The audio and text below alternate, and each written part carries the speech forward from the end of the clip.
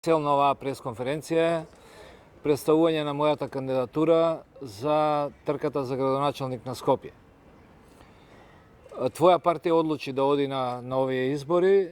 Сега за сега јас сум сигурно кандидат за градоначалник на Скопје. Влегувам во таа трка и се надевам дека со помош на граѓаните и нивниот глас дека ќе ја добијам таа позиција. Тука со мене се моите соработници кои што сигурно ќе одат на листите, ќе се најдат на некоја позиција во првите места или градоначалници ќе видиме или носители. Меѓутоа ова се моите соработници со кои што почнуваме, меѓутоа за понатамошна распределба на листите и носителите на листи и градоначалници ќе држиме понатака пресконференции. Целта беше да јавно да обзнаниме дека јас влегувам во трката за градоначалник на Скопје. Мотото на мојата кампања ќе биде избори се за својот град. Второто ќе биде помеѓу две зла, немој да го избираш помалото, затоа што такво нешто не постои. Помало зло е само кога не е на власт, кога ќе се врати повторно или ако бил предходно, кога ќе се врати повторно ќе биде големо зло. Тоа би сакал да ви кажам, доколку имате некое прашање, ви стоиме на располагање. Кампања, ние кога се формиравме, рековме дека ќе бидеме прво интернет партија, генерално ќе функционираме со представување на социјалните мрежи и секако кај телевизиите и другите медиуми. Кампањата генерално ќе оди на YouTube, на Twitter, на Facebook. Во однос на коалицирањето, ние сме отворени се уште за соработка со луѓе кои што ги делат нашите ставови. Би можело овде сега во овој момент да кажам дека ќе ги поддржиме во Струмица и Ново село еколошките здруженија кои се борат против загадувањето со рудниците. Во Битола ќе ги поддржиме поинаку. За други уште сме отворени за соработка. Малку не ни се допаѓа што се ситни отпорот. До последен момент чекавме да се здружиме со сите кои што ги делат нашите ставови околу екологија, борба против корупција, ограничување на привилегиите на функционерите и одговорно трошење на градските пари во случајот и парите на граѓаните. Меѓутоа, сега тука е што е, одиме во оваа битка, решени дека, ако ништо друго, ќе покажеме нов начин на однесување на функционерите. Оние наши луѓе кои што ќе добијат позиција, ќе мора да се однесуваат сосема поинаку, заради тоа што и едно од мотата на нашата кампања ќе биде дека парите се ваши. Значи, ние сме свесни дека мора во Македонија еднаш да започне да се развива таа свест дека функционерите ги трошат парите на граѓаните, дека тие само привремено се менаџери на градските и на општинските буџети.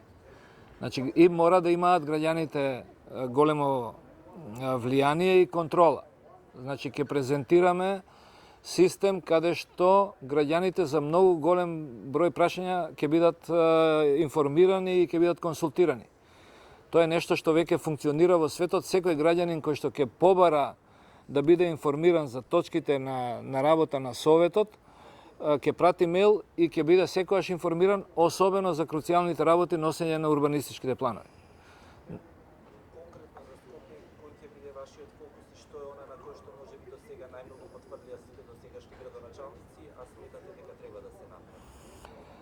Па, мислам дека повторно ќе се вратиме на она рационално трошење на градските пари. Не сме, Скопје е сиромашен град. Меѓутоа, има еден абсурд. Скопје е многу сиромашен град, има многу ограничен буџет, меѓутоа троши некои пари на начин на кој што не смее да се троши. Например, ние сме појаки од Лондон во една работа само.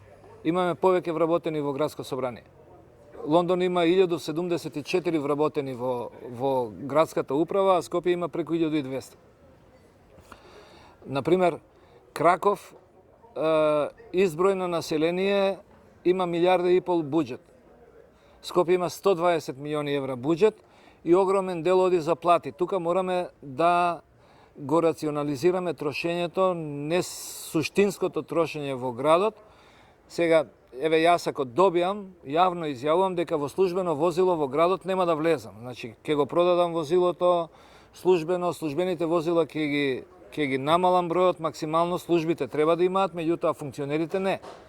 Дека нема да трошам ни една банка, ни еден денар за службени ручеци, за патување, сам ќе си ги плаќам и тоа подосна мислам дека ќе биде нешто што сите политичари ќе мораат да го прифатат.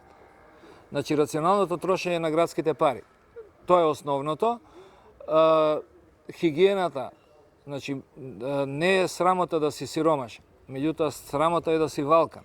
А мислам дека Скопје има доволно пари за да биде чист град. Јас сум во тоа убеден. Например, градилиштата не сме да се дозволи да излегува камион со валкани гуми да остава кал надвор. Значи, не сме да има ѓубре, мора да се направи, ќе направиме мобилна апликација, пријави ѓубре и граѓанинот да добие повратна информација дека е примена информацијата и градот мора да му одговори кога таа депонија ќе биде отстранета. Јас стоам за тоа дека тоа мора да го направиме. Тоа нешто функционира во Загреб, некои од овие решенија функционираат во Братислава, некои во Краков. Ќе се обидеме оние решенија кои што можеме да ги имплементираме, а кои што буџетот ни дозволува да ги направиме секако. Тоа ни се основните цели. Би сакал да можеме да интервенираме во јавниот превоз. Мислам дека ќе успееме во рок од 4 години да направиме нешто како брза линија на електрични автобуси што би оделе во 4 линии од Сарај до центар, до Тифани, да се враќа едната линија назад. Другата линија да биде од Радишани до центар исто. Третата да биде од Ново Лисиче до центар и четвртата да биде од некаде од кај Панорама до центар. Бројот на автобуси колку ќе бидат, тоа се зависи од буџетот. Меѓутоа автобуската карта ќе важи минимум 2 часа за да може граѓанинот да се префрли од една на друга. Меѓутоа се што градот ќе купува од сега мора да биде електрични возила. И многу битно прашање, ви гарантирам дека во рок од 4 години на сите градски институции ќе има фотоволтаични централи. Градот ќе произведува чиста енергија за своите потреби. Никако не можеме да се помириме со тој факт дека во Македонија нема покриви од кои што доаѓа електрична енергија, а има Германија, Шкотска е рекордер во Европа, Данска, Норвешка, а Скопје нема. Значи, ќе се бориме со централната власт да се најдат решенија за да граѓаните се мотивираат да на собствените покриви да поставуваат фотоволтаични централи.